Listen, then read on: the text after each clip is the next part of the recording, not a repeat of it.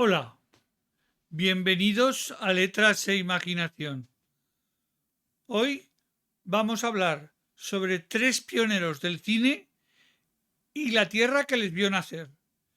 Y veréis el por qué tiene sentido hablar de estos tres pioneros que les une el siglo XX a los tres y la tierra que les vio nacer, porque es la que forjó sus personalidades y es la que en este momento está aprovechando muchas de las desventajas que tuvo durante el siglo XX para ser una ciudad y una región pionera en el siglo XXI en el tema del cine y las series y el rodaje publicitario. Vamos a hablar de los tres pioneros primero, que sé que son vidas que solamente uno sonará y el resto no, y sin embargo han sido grandes figuras en el mundo del cine.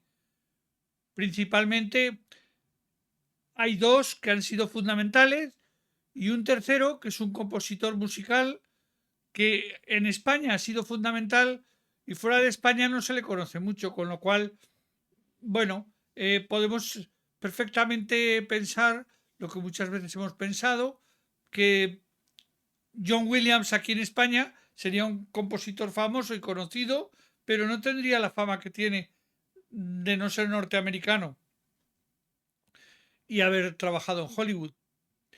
Bueno, vamos a hablar de nuestro primer pionero. Segundo Víctor Aurelio de Chomón y Ruiz. Nació en la provincia de Teruel el 17 de octubre de 1871 y murió en París el 2 de mayo de 1929. Se le conoce tal cual como Segundo de Chomón y fue un cineasta español, director pionero del cine mudo y técnico de trucaje en películas como Caviria de 1914 o Napoleón de 1927. Frecuentemente se le compara con Méliès por su gran calidad técnica y creatividad. Fue considerado uno de los grandes hombres del cine en su tiempo, siendo contratado por las más importantes empresas cinematográficas de la época, como Pathé Ferries o la Itala Films. Segundo de Chaumont inició estudios de ingeniería y posteriormente en 1895 y 1897 hizo un viaje a París donde conoció el cinematógrafo Lumière y a la vedette Julien Mathieu, con quien se casaría más tarde y que consiguió un empleo en Lumière coloreando fotograma a fotograma películas de las que se proyectaban allí, de Georges Méliès, normalmente otro pionero del cine mudo. Segundo de Chaumont diseña un sistema de fijado del color mediante plantillas que Pathé patenta llamándole Pathecolor. Esta técnica se ve en el documental de Segundo que se llama Viaje a Burgos de 1911.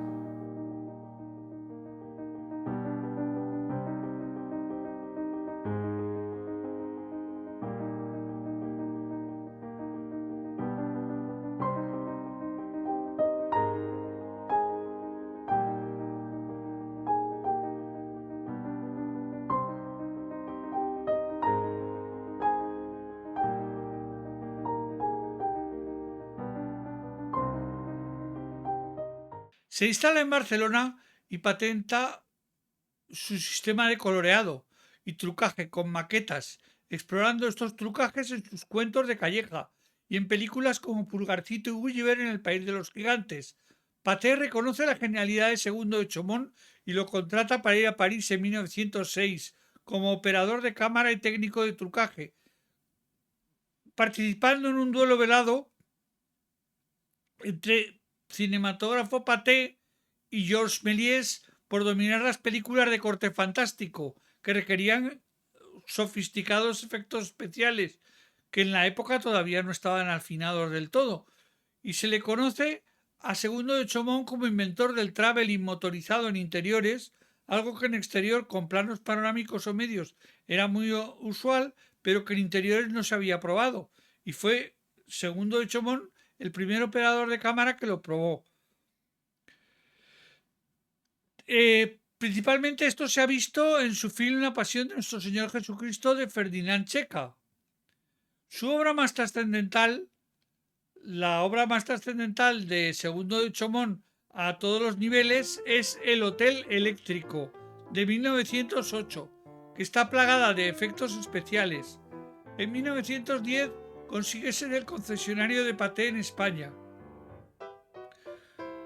Hasta esa época no consigue montar un estudio del cual se conservan escaletas de rodaje en sus películas, que demuestran el uso de flashbacks y recursos narrativos cinematográficos de continuidad, que posteriormente han sido norma en la historia del cine.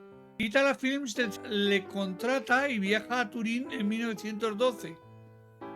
En Caviria, de 1914, pone todo su talento en efectos y travelings, y más tarde muere en 1929. Estuvo investigando con Ernest Tellinger la posibilidad del cine en color, que al final no consiguió por morirse por su muerte temprana. Ahora vamos a hablar del otro pionero, que es Luis Buñuel Portolés. Luis Buñuel Portolés nació en Calanda el 22 de febrero de 1900 y falleció en Ciudad de México el 29 de julio de 1983. Debido a las dificultades de la censura de su posición política, la mayoría de su obra se filma en México y Francia, aunque en España rodó Viridiana en 1961 y Tristana en 1970. Buñuel padre, el padre de Buñuel, de nombre Leonardo, tuvo una ferretería, una naviera e hizo fortuna, y tras la guerra de Cuba casó en su tierra natal. Y Buñuel hijo era un excelente estudiante y estudió en colegios privados de Zaragoza de Postín, y asistía con su familia todas las semanas al Teatro Principal, donde tenían un palco de abono. En 1920 inició en la universidad estudios en la carrera de entomología, porque le gustaban mucho los insectos, que los abandonó más adelante para abrazarse a la filosofía y letras, ya que le comentan que fuera de España, que es lo que él se quería marchar de España, con esa carrera podría dar clases de español. En la residencia de estudiantes de Madrid, de la Complutense, conoce a Dalí, conoce a Lorca y conoce a Rafael Alberti.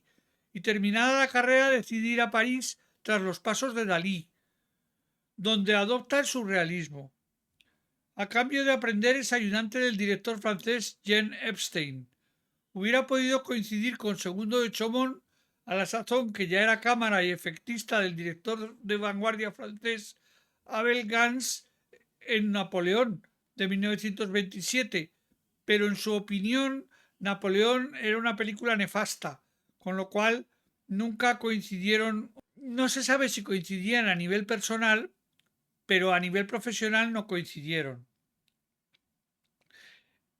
A Luis Buñuel le gustaban las películas de Buster Keaton, y con Dalí creó el guión y realizó la película Un perro andaluz en 1929. Repitió con el gerundense en la Edad de Oro, con un resultado más bien discreto, debido al absorbente del amor de Gala que se interpuso entre la relación de amistad de ambos, lo cual supuso la separación de la amistad entre el pintor y el cineasta. La película, además, La Edad de Oro, tuvo muchos roces con el público y con la censura, y estuvo durante 50 años, hasta 1981, censurada en Francia. En 1930 viajó a Hollywood, donde conoce a Chaplin y a Eisenstein. Estaba invitado por Charlie Chaplin a la casa de Charlie para Navidad. Y llegué con unos amigos anarquistas, no sé qué. Charlie Chaplin abre la puerta, ellos entran, no les gustan todas esas cosas de burgueses, ¿no? del árbol y los regalos y todo eso. Y se empezó a destruir todo el árbol frente de los amigos, sí. Y se fue así de la casa de Charlie Chaplin. Y no sé qué, se invitaron otra vez y mi abuelo se fue a ver a Charlie Chaplin, y cuando abre la puerta a Charlie Chaplin dije, oye, si quieres puedes destruir el árbol ahora mismo, que de esta manera podemos cenar tranquilo después. Se reíron mucho de eso y fue la historia. Es buenísimo. Sí. Trabaja como director de doblaje en España para la Warner Brothers y se queda decepcionado porque ha perdido la amistad de Dalí, porque a nivel político chocaban. Y en un documental que rueda en las Urdes es censurado incluso por la Segunda República, porque considera el documental denigrante para España. Se casa y en 1935, con ayuda de algún dinero familiar, funda junto con Ricardo Urgaotti la productora Filmófono, que competía con Cifesa, de los hermanos Casanova, principal productora española en los años 30. Realiza varios films que son rentables, pero el propio Luis Buñuel no quiere figurar en los créditos porque considera las obras denigrantes y menores, simplemente comerciales para obtener un dinero, pero no le gustan, le parecen de poca calidad. Le sale la oportunidad de rodar en México con Jorge Negrete y Libertad Lamarque, una película que se llamaba Gran Casino. La película es un absoluto fracaso y Buñuel se mantiene con el dinero que le manda su madre durante más de 3 años. Realiza la película Los Olvidados en 1950 en recuerdo de aquella que hizo de las Urdes, que no le había permitido la censura republicana, pensando que en México no tendría ningún problema con ella, pero la película resulta muy polémica y no llega a estrenarse, porque se considera que muestra excesivamente la pobreza del pueblo mexicano. La película, no obstante, se estrena en Cannes y a partir de entonces Buñuel se vuelve un autor de prestigio que rueda en México, Francia y España grandes películas. Como ya os he dicho, aparte de rodar films como Viviana en el 61 y Bella de Día, Belle de Jour en 1967, Tristana en el 70, El discreto encanto de la burguesía en el 72 y Ese oscuro objeto del deseo en 1937, rodó en Calanda en el 66 un documental que se llama Calanda, donde ensalza los tambores y el folclore calandino. Bueno, y hasta ahí la historia de Luis Buñuel. Y ahora vamos a hablar de otro turolense universal en el mundo del cine, Antón García Abril. Antón García Abril nació en Teruel en 1933 y muere en Madrid en 2021. Su padre era músico de banda y le enseñó solfeo y además lo metió en la banda de música que había en Teruel. Además, Antón García Abril empezó en el mundo de la música. Después le compraron un piano y fue cuando descubrió y se le abrió el mundo para él.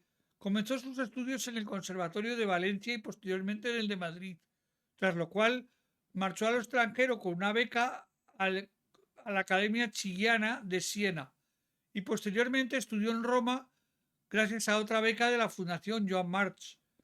Entre 1974 y 2003 fue catedrático de composición y formas musicales del Real Conservatorio Superior de Música de Madrid y en 1982 fue elegido miembro de la Real Academia de Bellas Artes de San Fernando. En 2002 recibió el premio de Sol Mayor, uno de los mayores premios musicales que se dan a músicos aragoneses, y en 2014 recibió el premio Fimifuté del Festival de Música de Cine de Tenerife.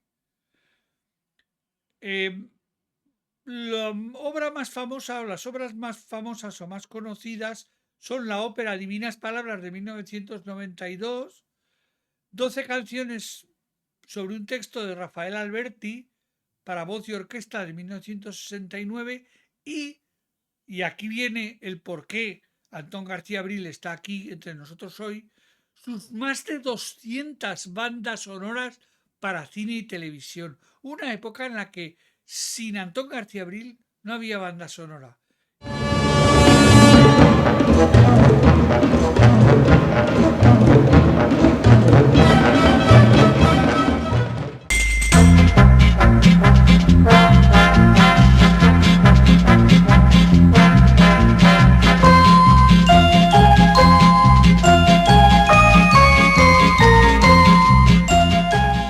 Bueno, y ahora hemos hablado de Segundo de Chomón, un pionero. Hemos hablado de Luis Buñuel, otro pionero. Y hemos hablado de Antón García Abril, otro pionero.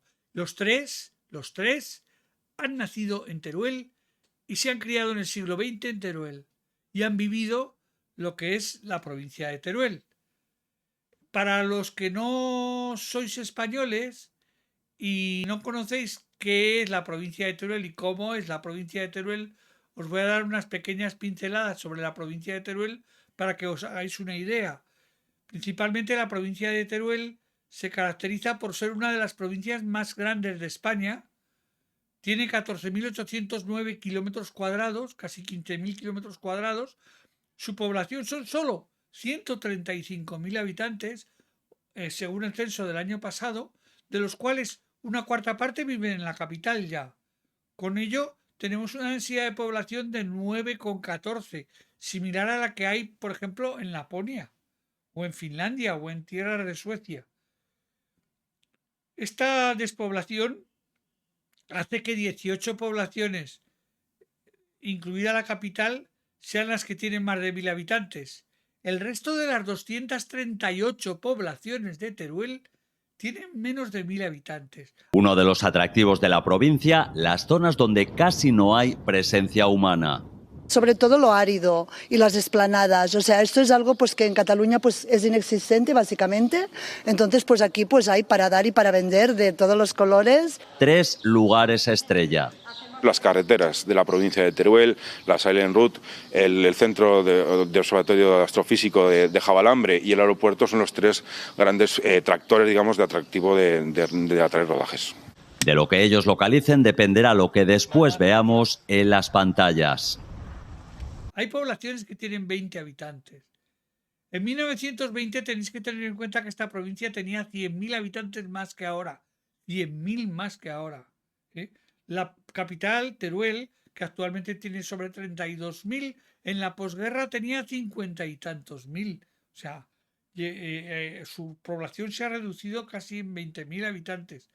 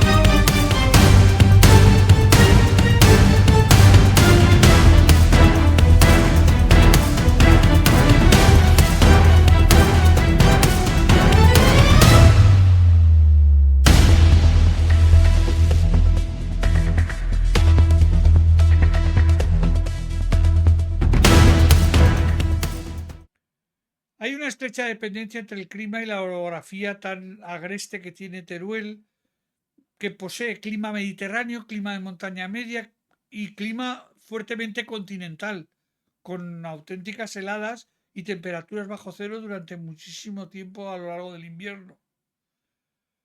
Llueve poco y estas diferencias de temperatura entre el día y la noche son a veces extremas, lo cual le hace tener un aspecto desértico en algunas partes.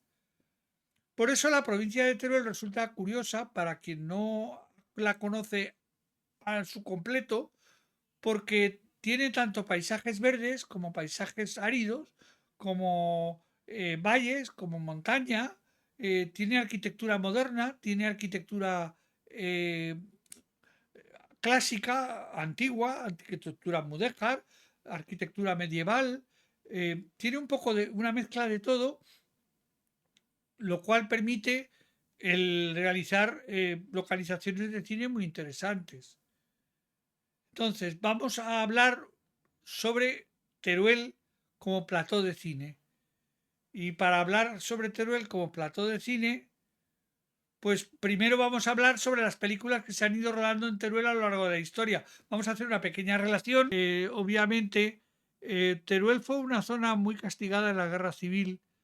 Y entonces las primeras filmaciones de Teruel datan de 1937 con documentales bélicos propagandísticos como La columna de hierro hacia Teruel, El frente de Teruel, Tres flechas gloriosas o La toma de Teruel, además de abundante material cinematográfico rodado por la Brigada Lincoln durante su estancia en Teruel durante el invierno de ese año, aunque la película más emblemática de esa época es Sierra de Teruel, de 1938, de Henri Malraux.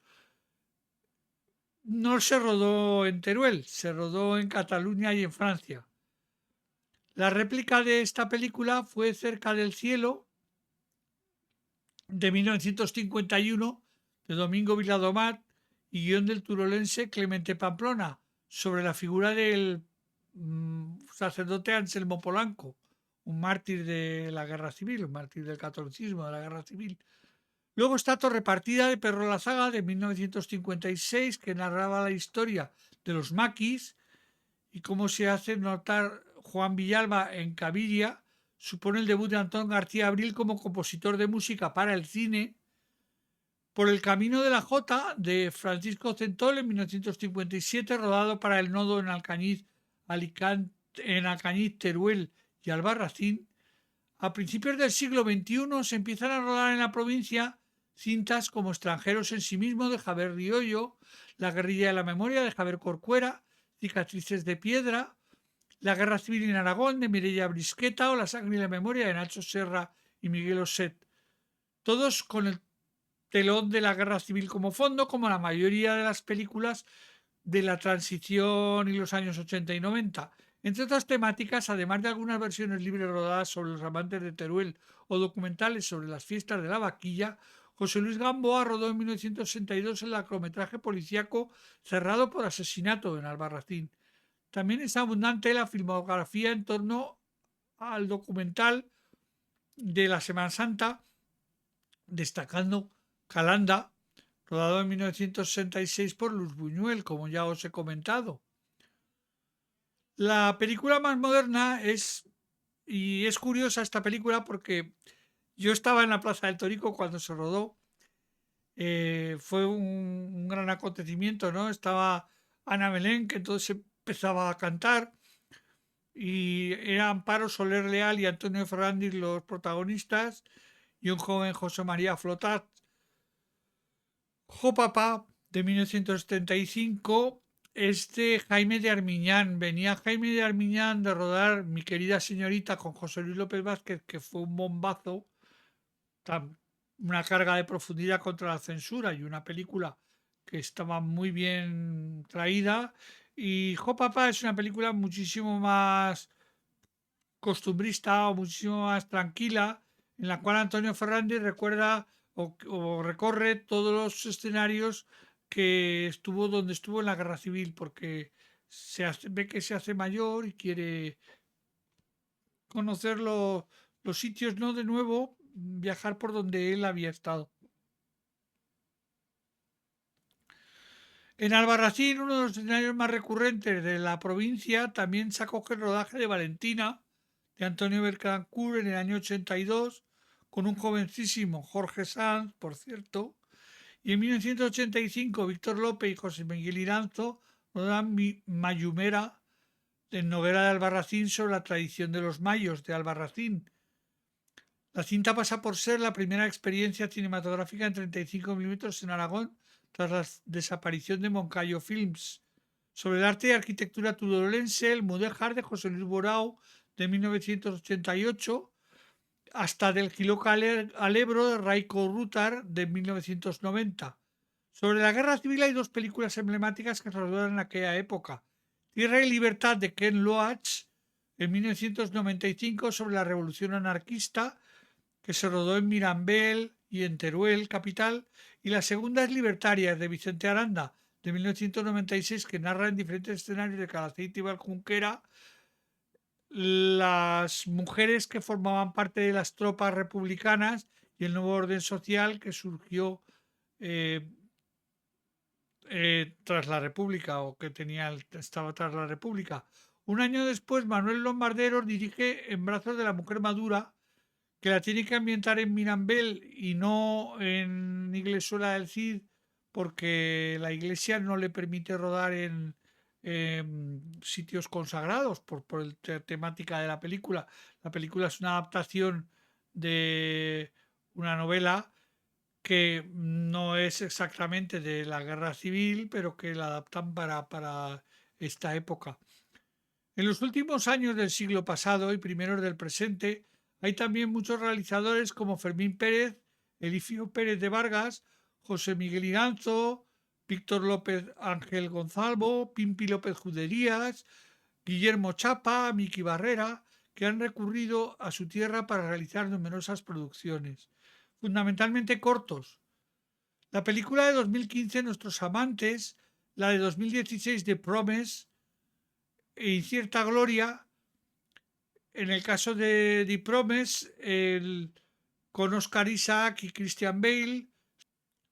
Tras la pandemia y con la enorme actividad que se desata a nivel cinematográfico con películas de Netflix como Centauro, rodada en Motorland y en la autovía A23, o como La Bestia, rodada en Blancas y Villarquemado, así como la serie de la plataforma Bienvenidos a Edén, que está rodada en el Matarraña, o diversos productos publicitarios y musicales como el vídeo de Lobos Levsian Los Irrompibles, se decide en 2021 por parte del Gobierno de Aragón crear el organismo público Teruel Film Commission, destinada a crear un clúster de empresas que permita reunir sinergias sobre las temáticas que ya en Teruel estamos acostumbrados. Ahí en Teruel 2 recreaciones históricas al año, como son la Semana Modernista y los medievales.